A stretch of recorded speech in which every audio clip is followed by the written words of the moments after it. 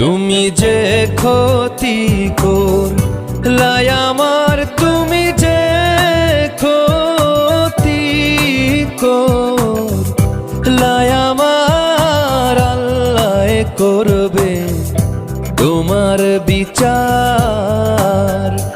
আমার আল্লাহ করবে তোমার বিচার।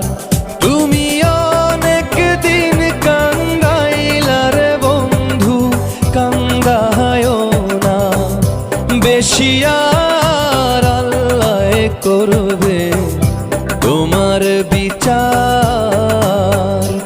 আমার আল্লাহ করবে